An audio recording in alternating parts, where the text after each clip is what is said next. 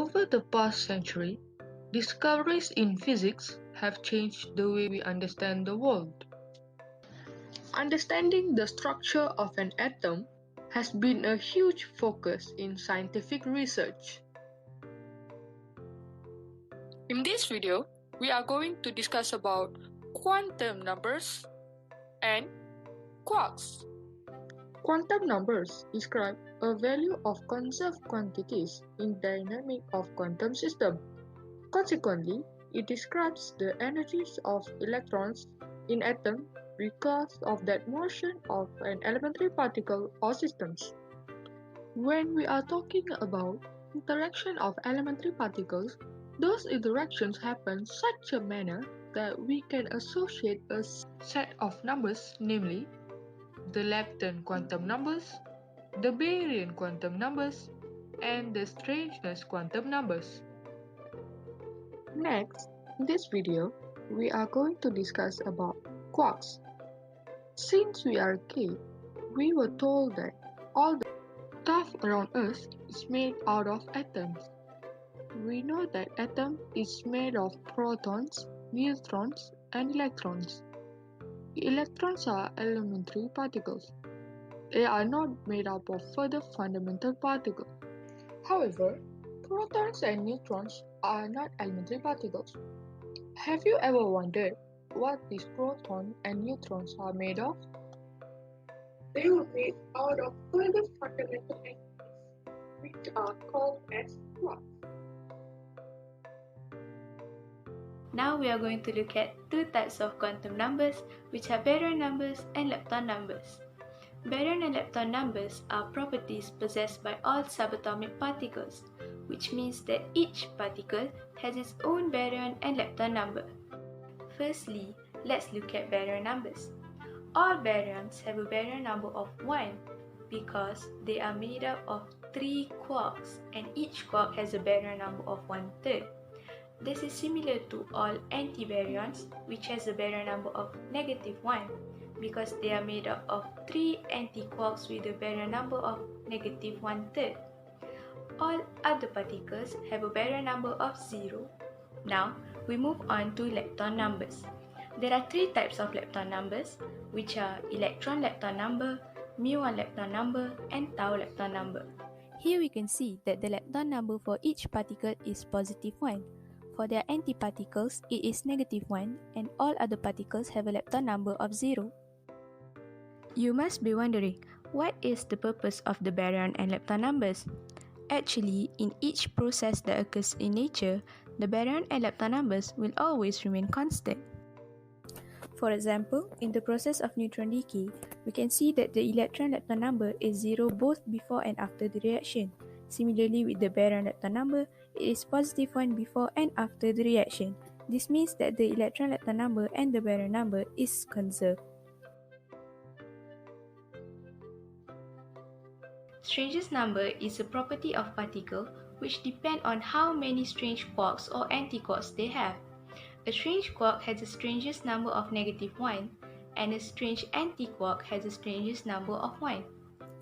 In strong and electromagnetic interaction, the strangeness number is always conserved. For example, in proton-proton collision here, we could see that the strangeness number before the reaction is 0 and after the reaction is also 0. This means that the strangeness number is conserved. However, in weak interaction, the strangeness number is not conserved. For example, here in the decay of baryon, the strangeness number before the reaction is -2, and after the reaction, the total strangeness number is -1, which shows that the strangeness number is not conserved.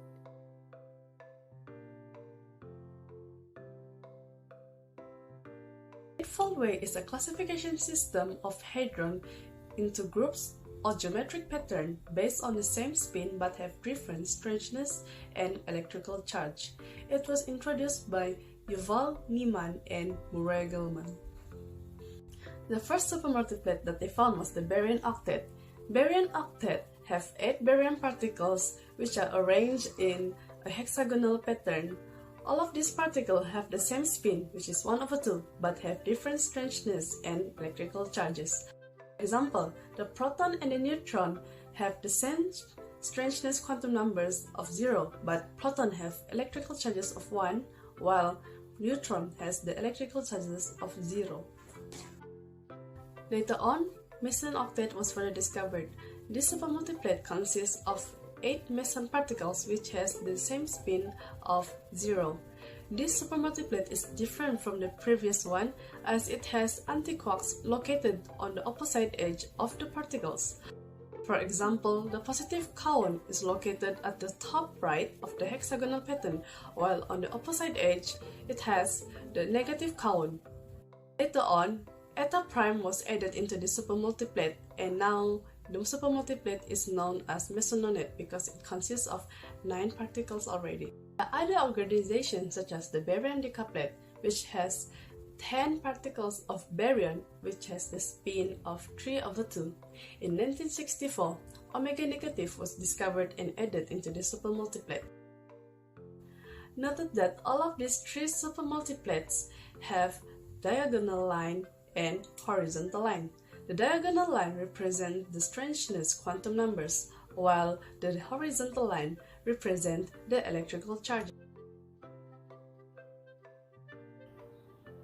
Now, I'm going to share with you what is actually quarks, the color, and also the flavor of it. Are quarks colorful? And what is the taste of the quarks since quarks have flavor? Okay, let's see a little history of it. J.J. Thomson's experiments with cathode ray tubes showed that atoms were not the smallest things.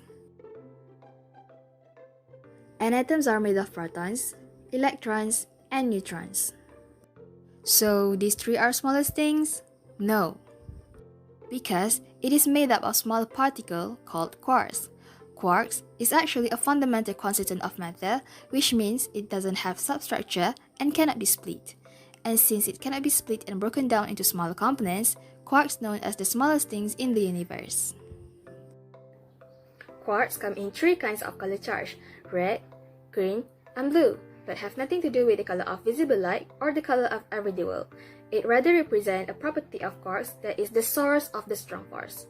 Just as all particles have antiparticles, each color has its own anticolor. The anticolors are usually referred to as anti-red, anti-green, and anti-blue. Although quarks have color, the particles they make up are colorless. The red, blue, and green quarks present in each particle combine to form a colorless particle and has a 0 net color charge. Then how about the flavor of the quarks? Is it sour, sweet, or maybe it doesn't have any taste at all? Flavor here means the types of quarks. There are 6 types of quarks that differ from one another in their mass and charge characteristics: up, down, chum, strange, bottom, and top. There are 3 sets of quark pairs, and each set of these particles is called a generation. This is the first, second, and third. So this is the conclusion of the flavor of the quarks, and one of the important things here is the quark charge. By doing the math and based on the quark charge, we can see how protons have positive 1 charge.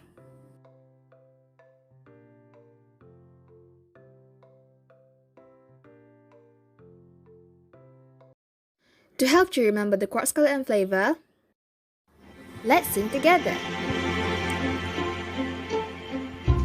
Quarks, quarks, what color that do you have? Red, blue, and green.